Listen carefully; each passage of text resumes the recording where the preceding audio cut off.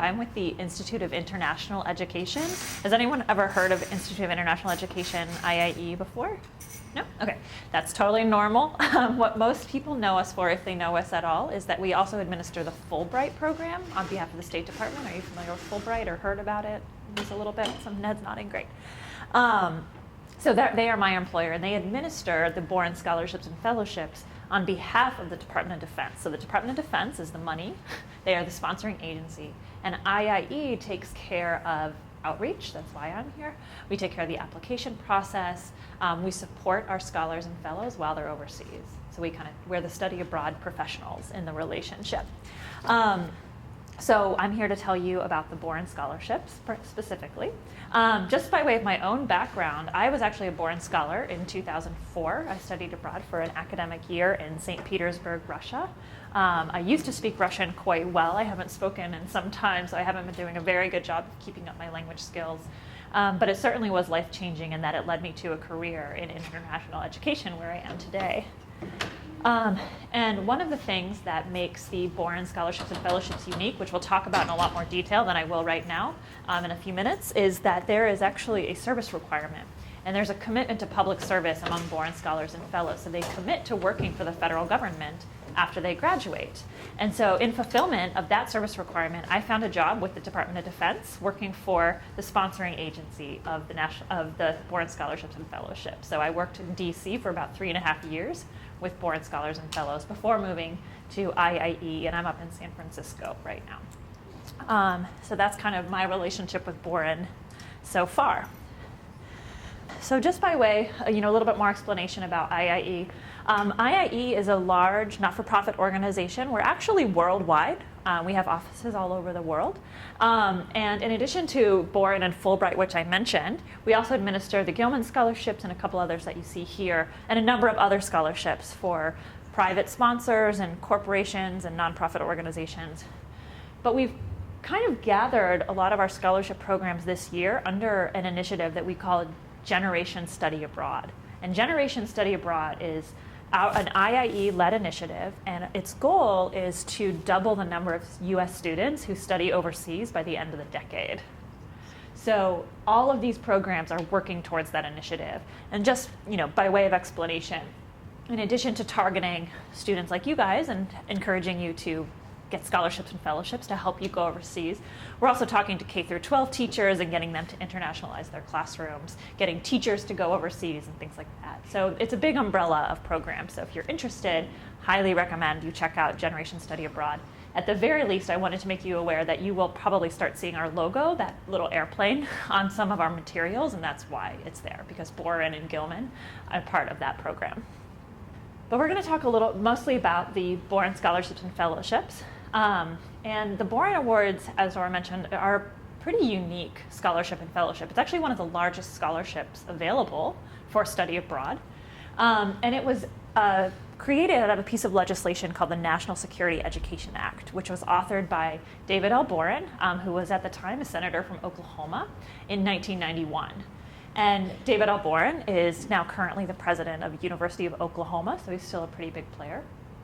And basically, when he was thinking about writing this legislation, what the inspiration was is that he was looking around the federal government and noticed that not a lot of people that he was working with or that he was interacting with had skills in language, culture, and regional expertise, which is a huge problem. That is a huge problem, to not have people ready to interact with other cultures and people from other countries. And think about what was happening in 1991. The Berlin Wall had just fallen, the Iron Curtain was coming down. The federal government needed people that had cross-cultural communication skills and language skills, and we didn't have enough. So he created the National Security Education Act, which created the Boren Scholarships, which are for undergraduate students, and Boren Fellowships, which are for graduate students. And they're really focusing on long-term study abroad, serious language study, and again, that commitment to public service. There is a focus on the Boren Scholarships and Fellowships on national security. And in fact, the office within the Department of Defense that is, again, this main sponsoring office of this program is called the National Security Education Program.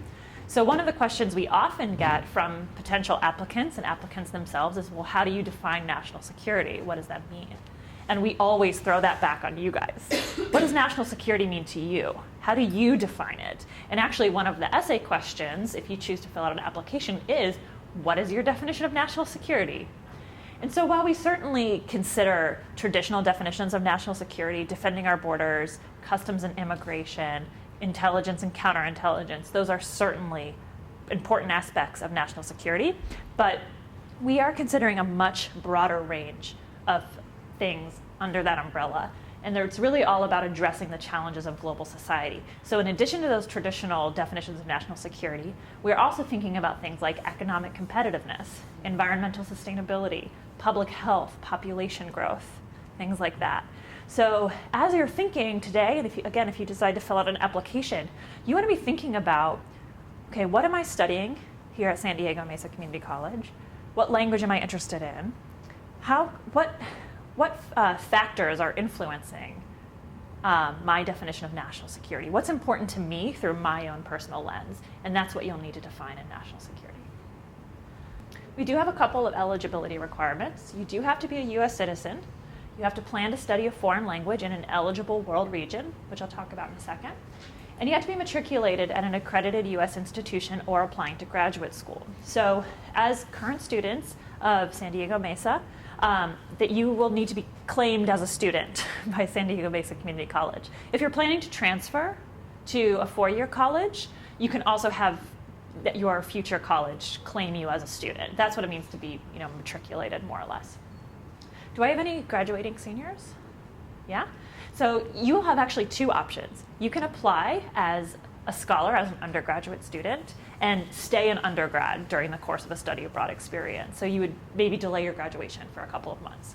Or you can apply, if you're planning to apply to graduate school, you could apply as a Boren Fellow and apply as a future student of a graduate school. So there's a couple different options. So we can kind of talk about that at the end. If that applies to anybody, I'm happy to work with you a little bit on how that might work. But the moral of the story is that we need a US university to claim you as a student while you're overseas.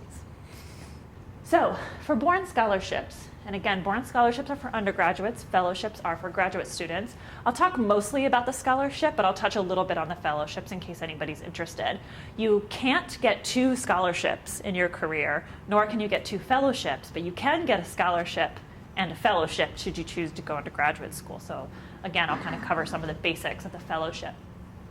But for undergraduate students, the first thing you need to do is find a study abroad program that fits your goals. So what are your academic goals? What are your language goals? What are your career goals? What program is going to help you get there? So a great place to start is visiting your campus representative. I'm sure Dora can talk to you a little bit about that. Any international study abroad resources you have on campus, it's a great starting point. IIE also has a resource online called iiepassport.org. And this is a database of study abroad programs where there's a number of things that you can use in the search fields, but the most basic ones are what language do you want to study or what country do you want to study in. You put that into the search bar, and it will bring up a list of programs that will teach you that language or are teaching in that country. So it's a jumping off point for your research. So if you don't even know where to start, maybe start there. For fellows, for graduate students, most graduate students are not applying to a study abroad program through their college or through a third-party provider. Most graduate students are developing their own study plan. So all Boren Scholars and Fellows are required to have a language component of their program, but in addition, graduate students can incorporate academic study, graduate level research, or an internship as part of their study plan. So that's a little bit more free-form. Again, if anybody wants to know more about that, we can chat afterwards. I have 2 special initiatives that I want to talk to you guys about, and it kind of goes back to the critical languages that we were talking about a little bit. So that critical language list, so the Gilman Scholarship is sponsored by the State Department. And so State Department thinks about, okay, what languages are critical to US diplomatic relations, okay? Boren is working with the State Department, of course, but we're thinking what languages are critical to US national security? What are the hot button countries and languages that are spoken? So these 2 initiatives kind of came out of that conversation. So the first one is the African Flagship Language Initiative, And as Boren did in 1991, the government kind of looked around about 5 years ago and realized we don't have very many people in the federal workforce who know the African continent very well, which is a huge problem, especially if you think about what's going on in the world today. So we created the African Flagship Language Initiative to address this and hopefully create a pipeline of people who will speak those languages in the very near future. So this is, again, a special initiative. It is a completely optional thing. You do not have to apply for this to apply for the Boren Scholarship. But if you're interested in studying French, Portuguese, Swahili, Akan, Wolof, or Zulu, you can participate in the African Flagship Language Initiative. And participation means that you will go to a summer domestic program. It's at the University of Florida. It's about 8 weeks long. You will get a year of language study in those 8 weeks. Then in the fall, if you're going for French, Portuguese, or Swahili, there is an overseas program already set up for you. It's sponsored by the American Councils, and you'll go there to Senegal, Mozambique, or Tanzania in the fall. If you want to stay on a spring semester, that's fantastic. You will find your own program, again, using those resources and research things that we talked about earlier. If you are interested in doing Akan, Wolof, or Zulu, you'll participate in the University of Florida 8-week domestic study, but you'll find your own program in the fall or spring. Okay?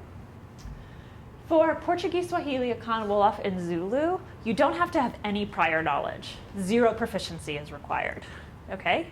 You can go in complete novice and start learning those languages. For French, you do need to test at least an intermediate proficiency. Okay?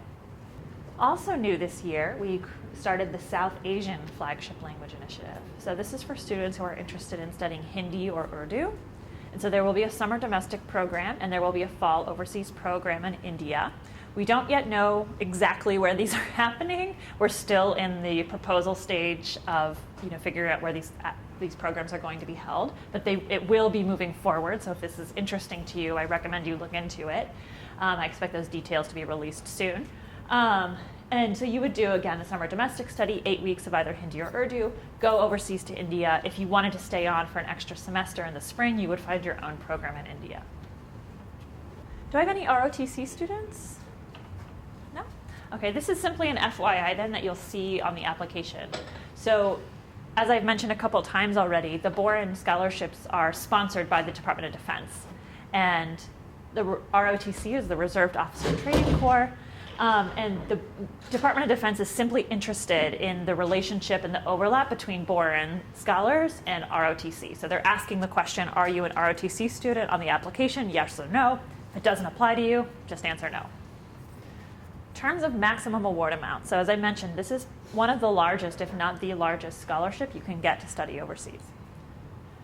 So for scholars, for undergrads, we can give you a maximum of $20,000 for studying an academic year overseas. We define an academic year as 6 months or longer.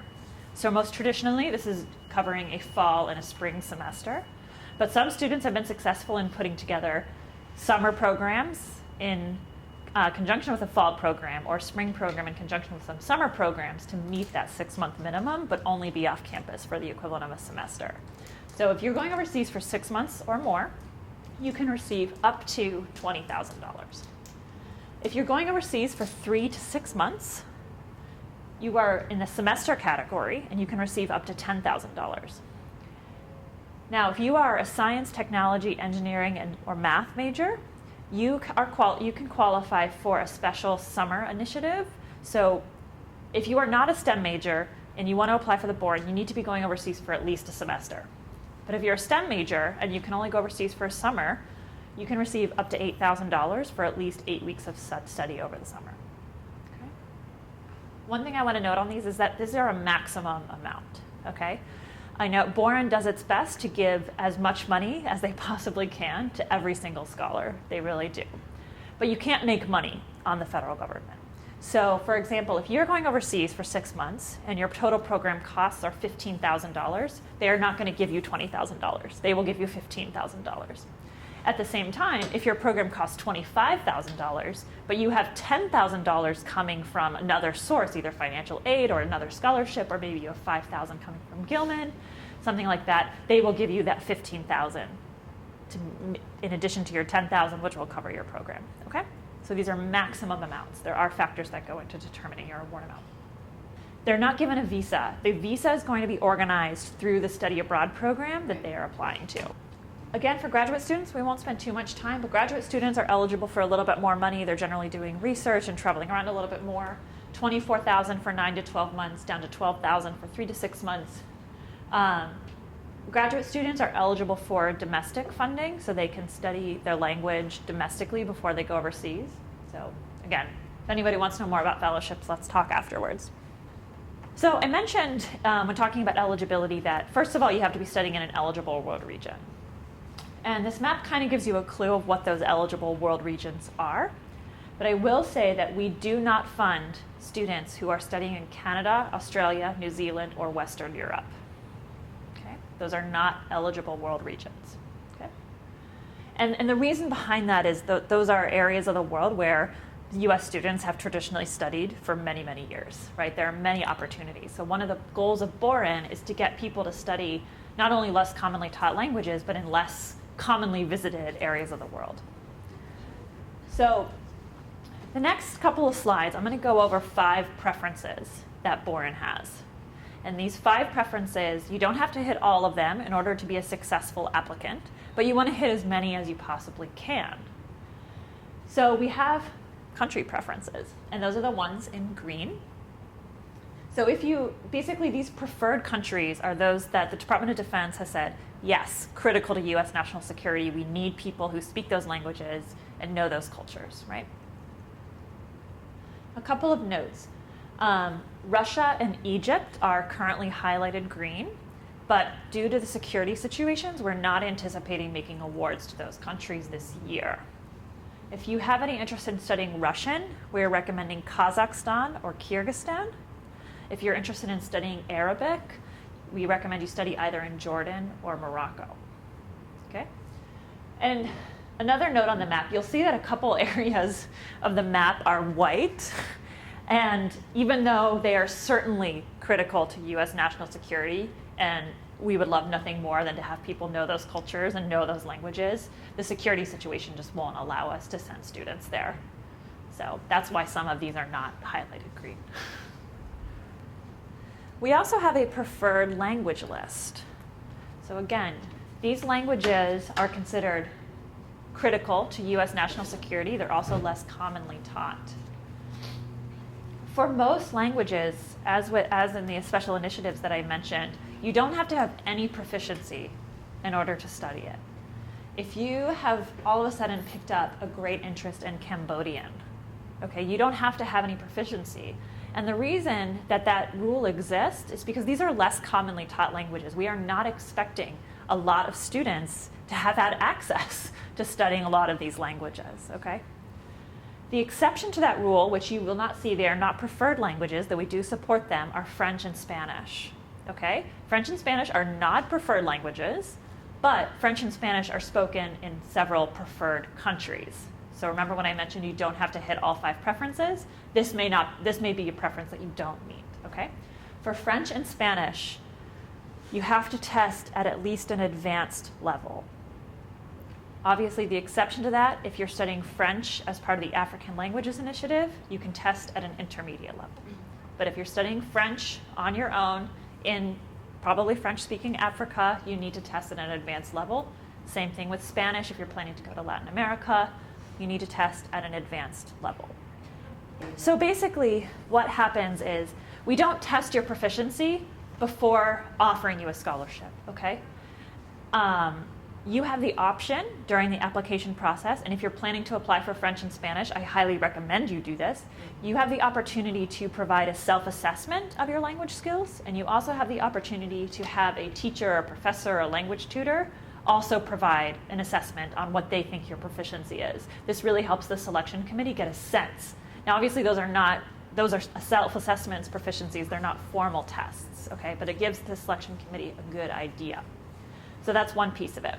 The second piece of that is that after we offer the awards to our scholars and fellows, everyone is offered an oral proficiency interview, regardless of what language they're studying. As long as our scholars and fellows have some language, they'll be given an oral proficiency interview as part of the scholarship in order to test your gains while you're overseas, okay? So for most languages, with the exception of French or Spanish, that oral proficiency interview doesn't have any bearing on whether or not you get the scholarship. It is purely informational purposes. So you can see if you're testing at a novice high before you go overseas, they'll test you again when you get home, and maybe you test at an intermediate high and or advanced low or something like that. Again, it's a way to figure out how much language you've gained while overseas.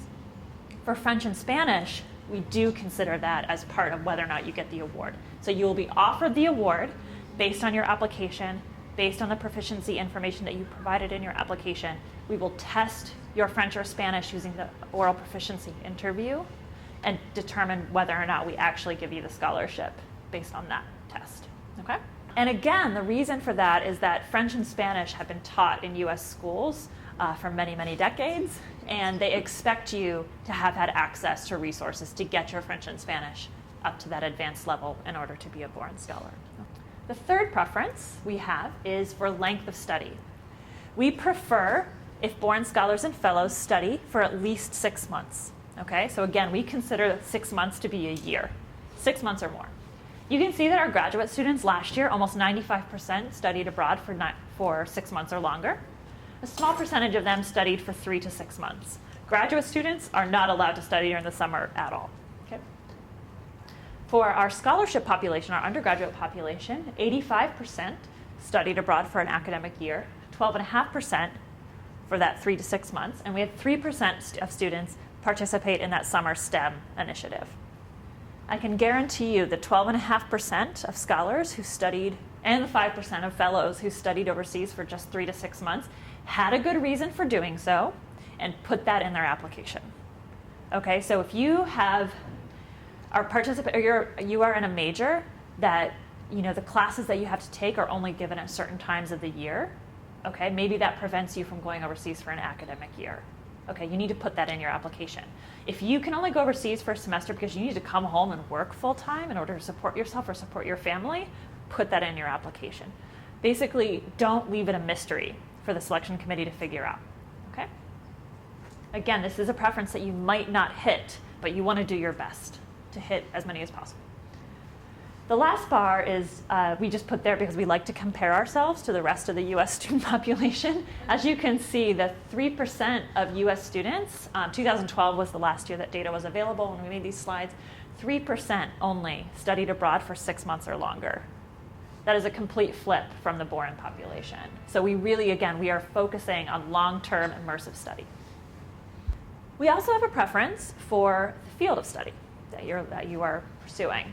These are the broad categories. I can give you a list if you really want to, but in general, as long as you can make a compelling connection between your field of study and the definition of national security that you are going to write, you should be good to go. Okay? The fifth preference is a preference for an interest in public service. And as I mentioned at the beginning, in fact, Boren Scholars and Fellows commit to working for at least 1 year in the federal government after they graduate. Okay? A couple points on this. It's a year, 12 months. Okay? We are not asking scholars or fellows to sign on for 4-year commitments in the military, commit to a 35-year career with the CIA, anything like that. We want you to try out a career for at least a year. If you stay longer, fantastic, but a year is enough. Okay? The second point that I want to make is that Boren is not expecting you to walk off the stage with your diploma and a job in hand. Okay? You are given 3 years from the date of your graduation to begin working in fulfillment of the service requirements. Okay? So you have time to conduct a job search. I'm going to talk in the next couple of slides a little bit more specifically about what fulfills the service requirement. And the reason that we go through that is because one of the essays, which we'll talk about again in a little bit, is going to ask you to talk about how your major of study, the country that you're studying, the language that you're studying, is preparing you for a career in federal service. So you want to have an idea of what types of positions you want to be thinking about so that you can write about that in your essay question. Okay? So we have defined what we call 4 priority agencies. So Department of Defense, State, Homeland Security, and the intelligence community. Boren scholars and fellows who find employment in one of these 4 areas of the federal government have fulfilled the service requirement, no questions asked. There is no question whatsoever that these agencies have national security related missions. And these are kind of the traditional national security aspects that I talked about at the very beginning, just very cut and dry.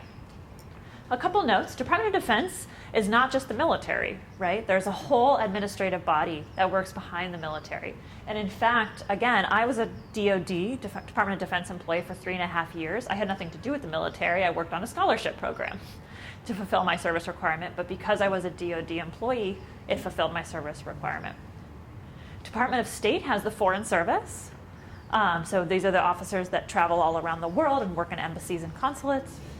There's also civil service. So individuals who are working, doing research and analyzing certain aspects of different countries and cultures from a desk in DC. Department of Homeland Security has Customs and Border Protection, Immigration, Transportation Security Administration, a whole slew of agencies under that.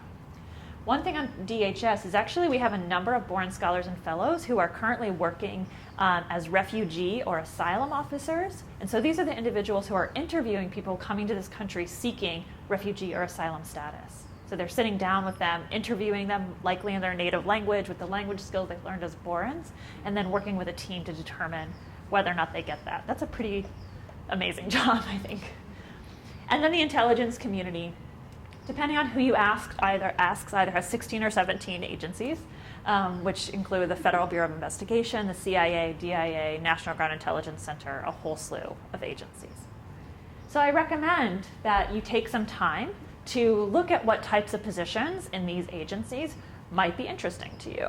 Okay? What skills are they looking for? What skills do you have that you can bring?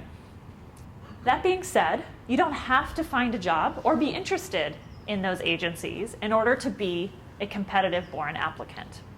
Because the rest of the federal government also has many, many positions and agencies that are critical to US national security. As with the field of study and the preferences that I talked about though, you need to make a case that these particular agencies are critical to US national security in relationship to the definition that you put out there, okay? So Environmental Protection Agency works on environmental sustainability, the effects of climate change, things like that. If that's what you are defining national security as, that might be a good place for you to look for a potential job.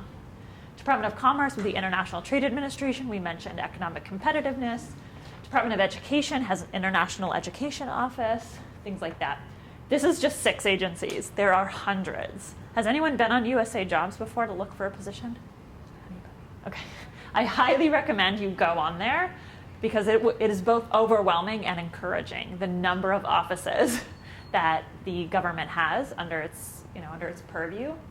You can find almost anything that you might be interested in. There's probably an office for in the federal government. So take a look. So I mentioned that you have 3 years to find a job that will fulfill the service requirement.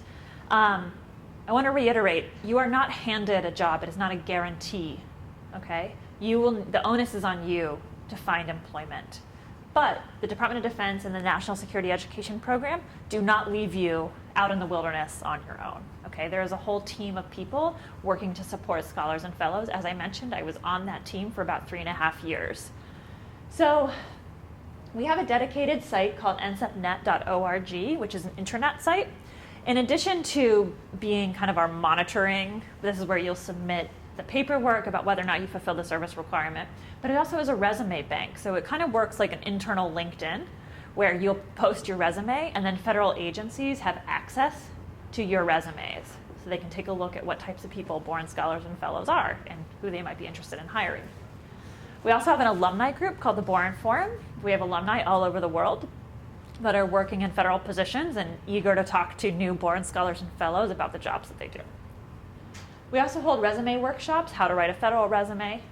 We have an annual federal employment seminar where scholars and fellows are brought to DC to participate in this seminar. The first day is kind of panel discussions with different agencies talking about what they do, what their mission is, what types of positions are available. And the next day is a job fair where we have a number of agencies ready to hire Boren Scholars and Fellows, and only Boren Scholars and Fellows are invited to that event. And finally, Boren Scholars and Fellows have special hiring authorities. And they will get what's called non-competitive appointment eligibility. So in general, when an agency wants to post a position, in normal, usual circumstances, they're legally obligated to post that position so that any U.S. citizen who is eligible and wants to apply has the opportunity to do so. Okay, that is the norm. There are some exceptions to that, but that's the norm. Again, Boren Scholars and Fellows have non-competitive appointment eligibility, so agencies are able to say, I don't want to ask everyone in the United States. I only want to ask Boren Scholars and Fellows, and they can do that. So how this usually manifests itself is that agencies will come to the National Security Education Program with a job posting. We post it on NCEP.net and gather resumes from Boren Scholars and Fellows only. Okay? So again, we do as much as we can to make the process easier for you. And as I mentioned, we have alumni all over the world, all over the country, working in a variety of positions. Some pictures of their beautiful faces up here. I recommend you take a look at borenawards.org, which is our website. There's a number of profiles and videos of our alumni. Again, I think it's good to look at this as you're thinking about what you might write in your essay. Okay, get some good ideas about what types of positions Boren alumni are currently holding. And then you can see if that might be interesting to you as well. Let's talk about the application. So hopefully this has at least sparked your interest and you are at least thinking about filling out an application. There are a couple of requirements. So you do have 2 essays. I have to talk about that on the next slide. Letters of recommendation. You are required to have 2 letters of recommendation. You have the option to submit a 3rd. Okay? So at least 2, but if you have 3 people that you would like to write letters for you, you can do that. You need to provide your transcripts.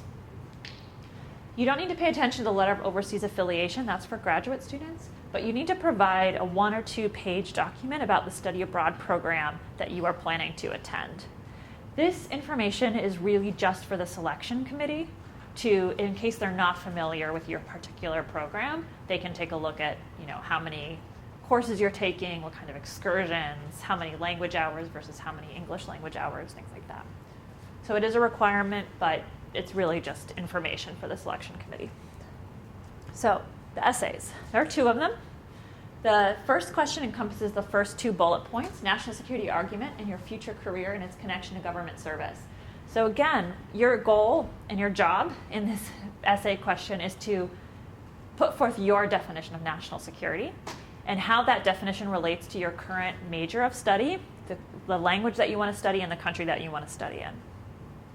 Then you also want to talk about what skills you currently have, what skills you're going to gain while overseas, and what type of career those skills are preparing you for. Specifically, how will it help you fulfill the service requirement? So I think there's 2 major categories of how to write this essay, though I'm sure there's certainly more. The first point I want to make is that, particularly as undergraduate students, we are not expecting you to have your life figured out, okay? You are not making a formal commitment in this essay to seek employment in the International Trade Administration or with the TSA or with the Department of State, okay? What you want to show in this essay is that you've done some research and you've thought seriously about what a career in the federal service is all about. So again, you are not making a commitment. We're not going to look at it once you graduate and ensure that you are seeking employment in that agency. So again, the first way I think that you could write this essay is to find a job that you are really interested in. So maybe you're really interested in being a foreign service officer. So in that case, I would highly recommend you find whatever information you possibly can about what it's actually like to be a foreign service officer. So take a look online at the Department of State website. You can find copies of the Foreign Service Officer test to look at. If you have access to a foreign service officer, talk to them, talk about their positions. We have alumni profiles. And then think about what skills, again, you have and what skills you're going to gain that are going to make you a good foreign service officer, right? That's one way you could write this. Another way you might think about writing this is think about what type of job you want So maybe you want to be in computer science, maybe you want to be an analyst, maybe you want to be a researcher. And then take a look and see what different agencies are hiring people like you. Okay, and write about that instead.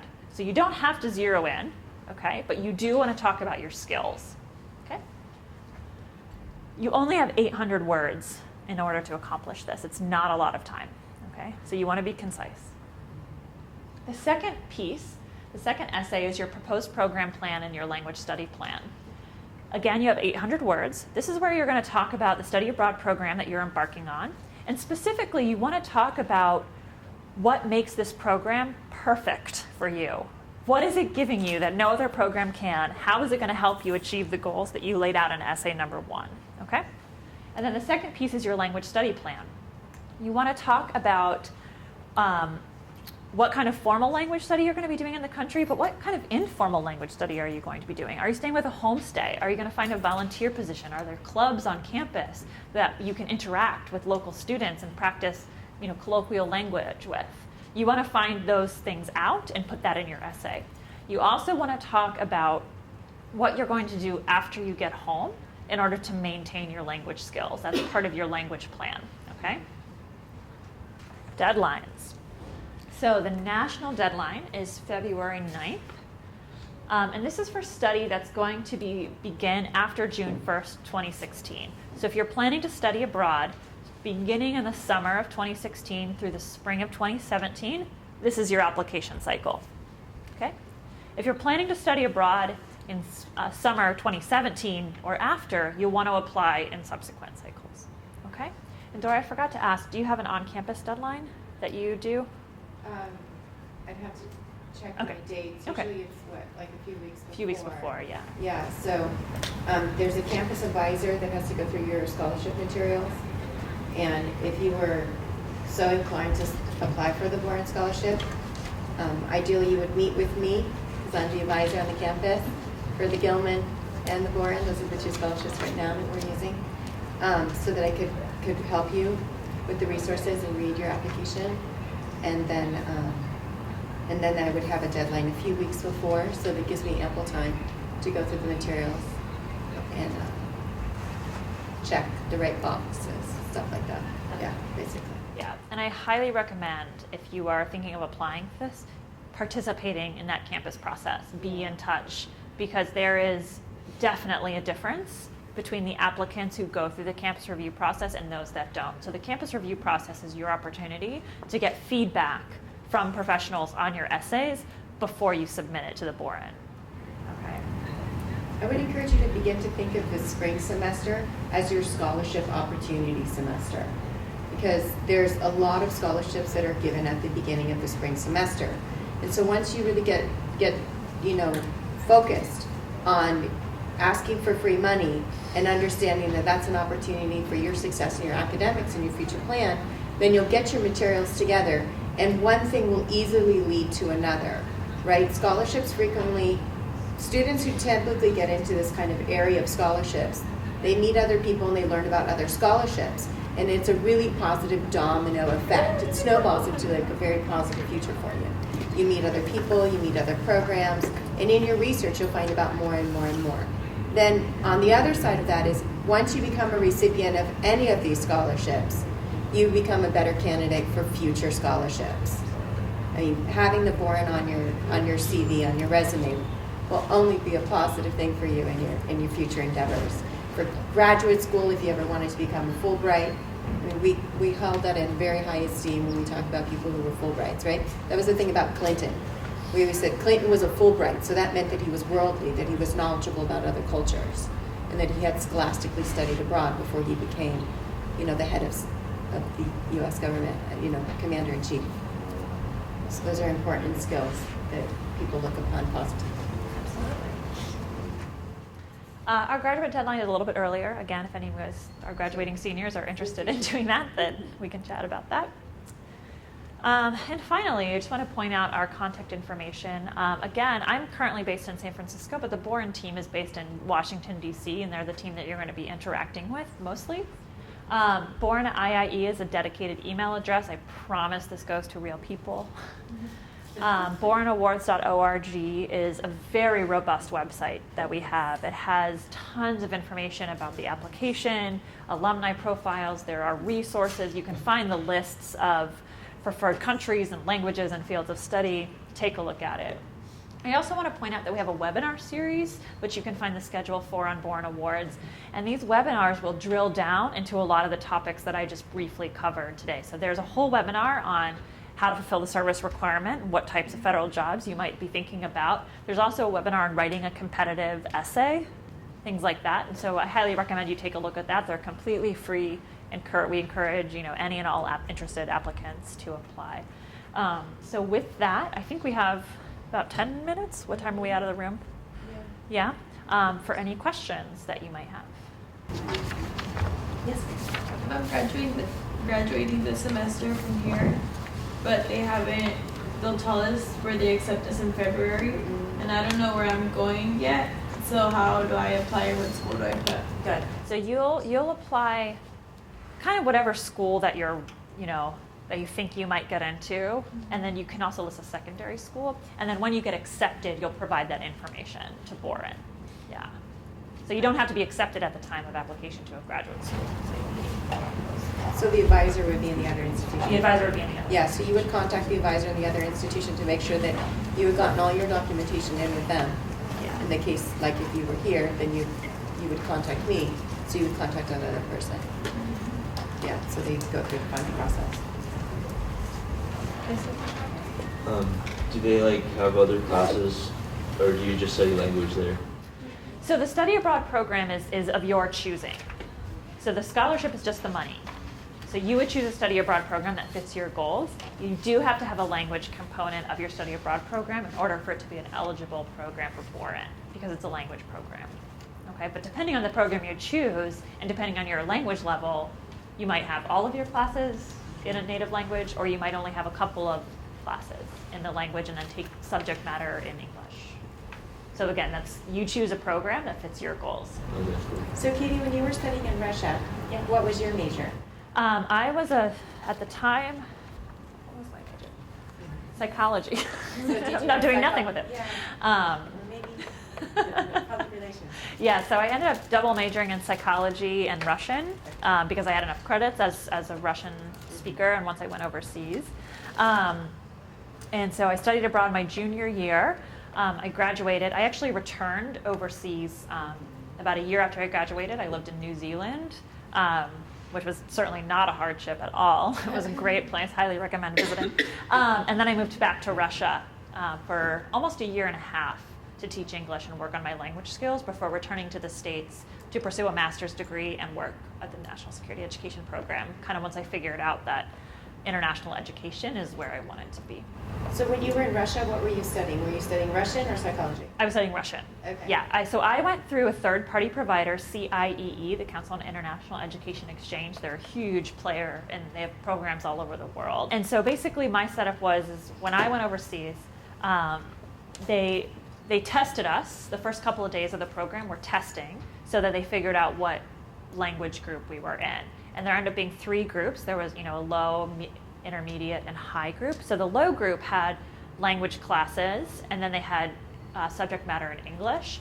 I actually tested into the advanced because on my own, I did a summer intensive study of Russian at Indiana University for about 8, again, kind of like the University of Florida with the African languages. They have programs at IU and Middlebury and things like that you can study other languages. So I was able to get a year of Russian in 8 weeks before I went overseas. And so I tested it much higher than my peers when I went overseas. And so I did have language classes. I took grammar and translation. And then I had subject matter classes like civilization and history, but they were taught in Russian. So that was just because that's where I tested at. And but the other depends on what you teachers did not, test, When I studied in Spain for a year, I studied both of my majors as well. So my major was Spanish and mass communications. The bulk of my classes were mass communication courses in the university in Spanish. So I studied like a social psychology course, a class on mass communications and its relations with people, and then I had some advanced literature courses in Spanish. And so that's why ideally you will have the most advanced language skills as possible, so you can take full advantage both of the academic and then also the cultural component. So the cultural component would be those social interactions and your ability to do, to be successful and enjoy your trip, right? With the people that you get to meet and the exchanges that you get to have, meeting people and hearing other views and visions.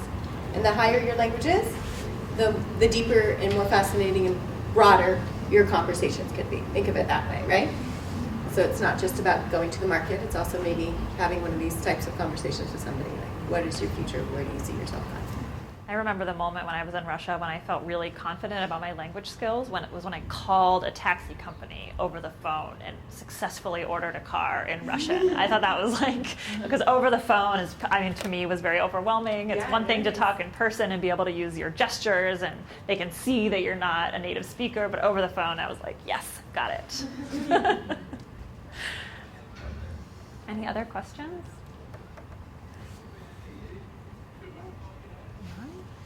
All right, well, thank you guys all very much for your attention.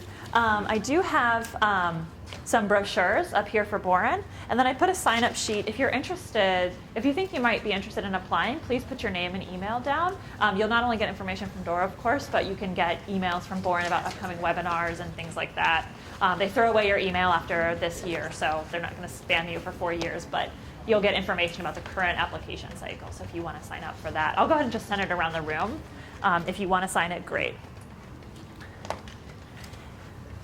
And with that, again, thank you very much. If anyone has a one-on-one question, I'm happy to stick around.